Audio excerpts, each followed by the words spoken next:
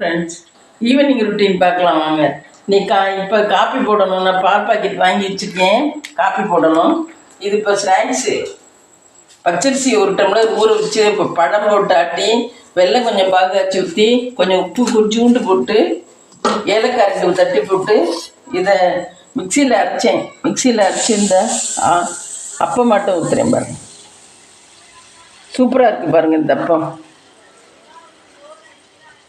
சூப்பராக கிளம்பி வந்துருக்கு. நான் சோடா பூலாம் போடாமலே நல்லா ப்ளம்மியாக வந்துருக்கு.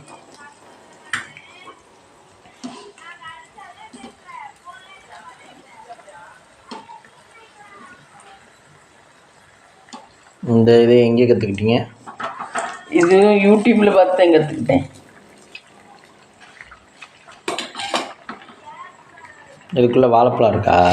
வாழைப்பழம் 2, பச்சரிசி 1 டம்ளரு, அப்புறம் கொஞ்சம் வெல்லம் பாகு காய்ச்சி ஊற்றினேன். 1 டம்ளர் பச்சரிசினா 1/2 டம்ளர் வெல்லம் பாகு காய்ச்சி ஊற்ற வேண்டியதான்.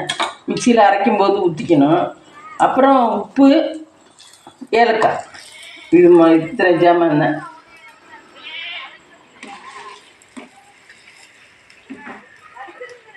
எண்ணெயெல்லாம் குடிக்காது, நல்லாயிருக்கும். ஈவினிங் காப்பி, ஈவினிங் ரொட்டி. அதை பணியாரம் சுட்டுட்டேன். இப்போ பால் காய்ச்சி போகிறேன். பால் காய்ச்சி காப்பி.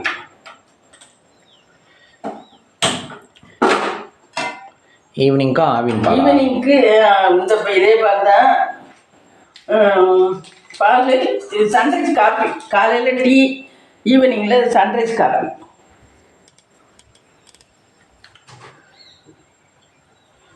சன்ரைஸ் ப்ளூ தான் குடிக்கக்கூடாது. சன்ரைஸ் பொருளும் சாப்பிடலாம். ப்ளூ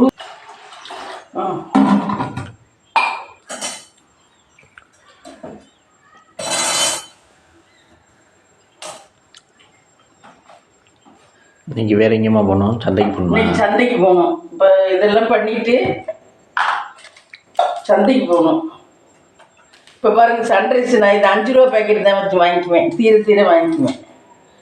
5 ரூபா பேக்கெட்டை போட்டு சாயந்தரம் காப்பி குடிச்சிடுறது. ஒரு நாளைக்கு ஒரு பேக்கெட்டா? ஆமாம். நேற்று ரொம்ப இருந்துச்சு 2 பேருக்கு, அதனால் கொஞ்சம் கம்மியாக போட்டுக்கலாம். நேற்று 2 பேருக்கு ரொம்ப திக்காக இருந்துச்சு, அதனால் கொஞ்சம் கம்மியாக போட்டிருக்கேன். பால் கொதிக்கட்டும். காலையில் அது மாதிரி நாட்டு சர்க்கரை, ஈவினிங் இந்த ஜீனி.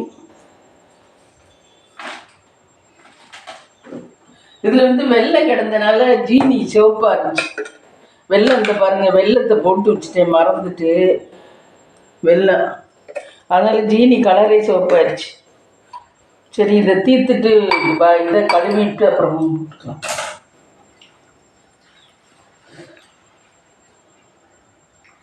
இப்போ கொதிக்கட்டும். நான் இன்னைக்கு தண்ணி ஊற்றலை.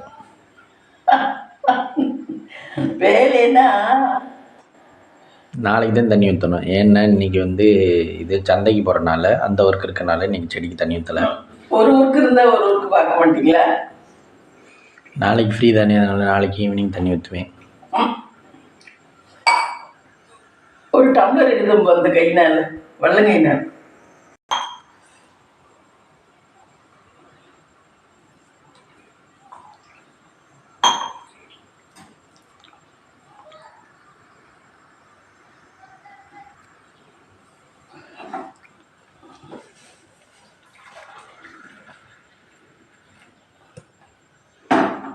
காஃபிக்கு பால் ரொம்ப கொதிக்கக்கூடாது,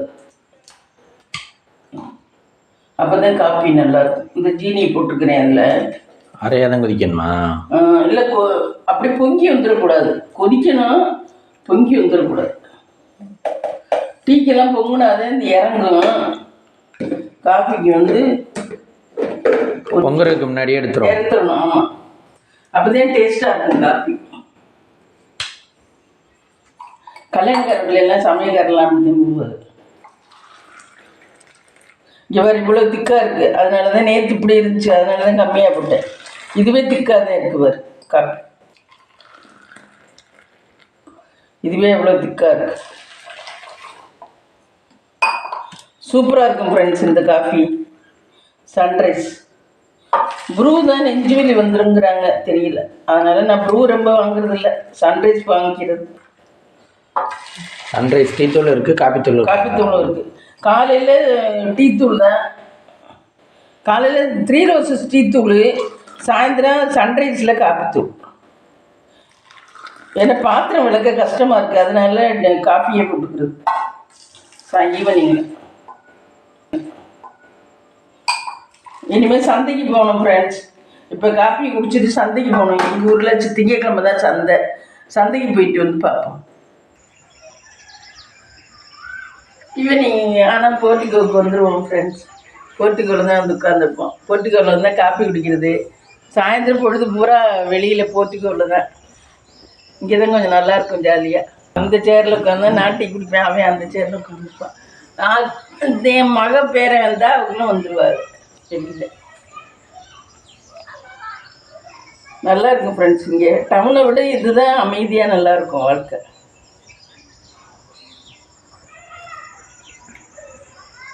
காய்ஸ் இங்கே பாருங்கள், இங்கேருந்து பார்த்தா அந்த மண் ரோடு தெரியுது பாருங்கள், அது எல்லாமே அதுதான் ரோடு. எங்களுக்கு பாதையே அதான்.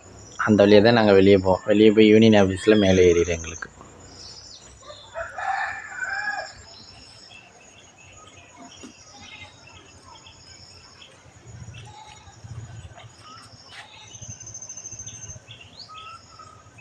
துணி காஞ்ச துணியெல்லாம் எடுக்கிறேன். இப்போ மதியம் குளிச்சுட்டு போட்டேன், காஞ்சி.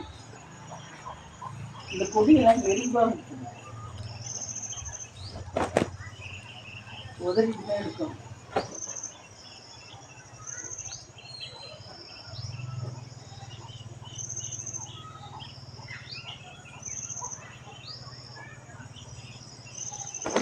காயப்படுறக்கு இடம் இல்லாமல் இங்கே காயப்பட்டிருக்கியா மம்மி?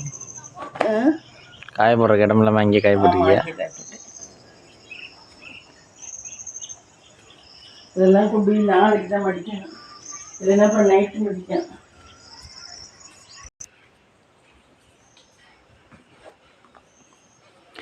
ஈவினிங் விளக்கேற்ற போகிறாங்க.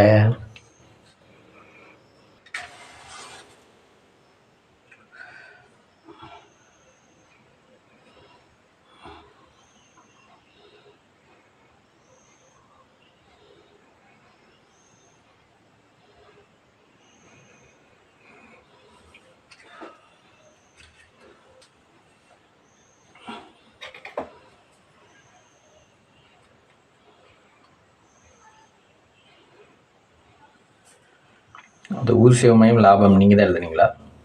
ஆமாம், அது எனக்கு எட்டில், அதனால ஒழுங்காக எழுத முடியல. நேர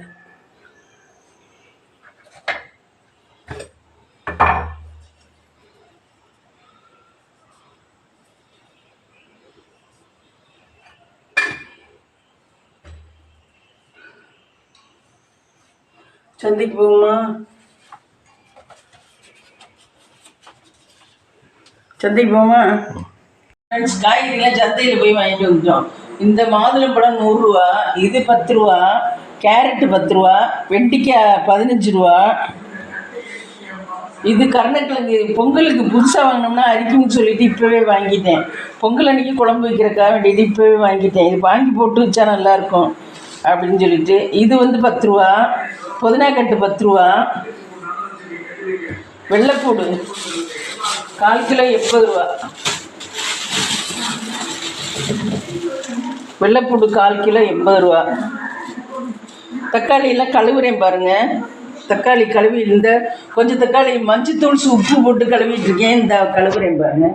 இதுதான் இந்த கொரோனா வந்ததுலேருந்து தக்காளியெல்லாம் மஞ்சத்தூள் உப்பு போட்டு கழுவிட்டு தான் வைக்கிறது உள்ள பொறிச்சிக்குள்ள. கொஞ்ச நேரம் ஊற வச்சு மஞ்சள் உப்பு போட்டு கழுவிடுறது. கேரட்டை கழுவிடுவேன், வெண்டிக்காயெல்லாம் கழுவி போட்டுவேன். நாளைக்கு காலையில் தான் எடுத்து ஃப்ரிட்ஜுக்குள்ள வைப்பேன்.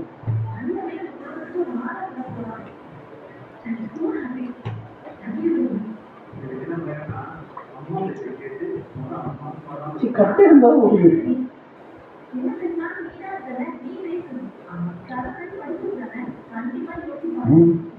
அது எடுத்துறேன்.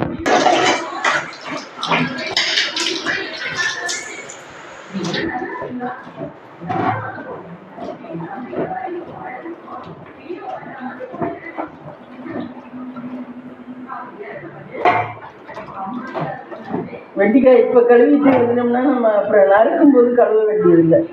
பிஞ்சு வெண்டிக்காய் இது வந்து காம்பையும் இதையும் கட் பண்ணிட்டு வச்சிட்டோம்னா, இதை தலையும் காம்பையும் கட் பண்ணிட்டு வச்சோம்னா முட்டாது அப்படியே.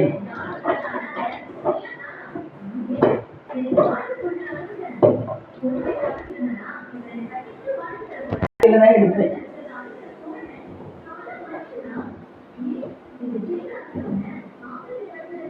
இது வந்து மாதுளம்பழம் விரிச்சு வச்சிடணுமா? இப்படியே வச்சிடணும். அது பாட்டுக்கு நாளைக்கு காலையில் பார்த்தீங்கன்னா ஒரு சொட்டு தண்ணி இருக்காது, எல்லாம் காஞ்சிருக்கும். புடலங்காய் கழுவ மாட்டேன், கண்ணுக்குள்ள மண்ணாக இருக்கும், அதை கழுவிட்டு போகணும். இல்லைன்னா குக்கர்லாம் வீணாக போயிடும் பாத்திரம்ல. இந்த மாதிரி எவ்வளோ வருது.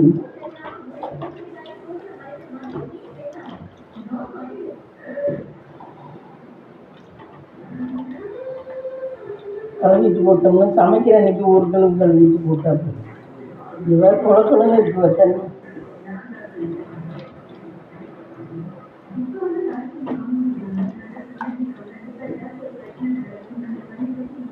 சகதி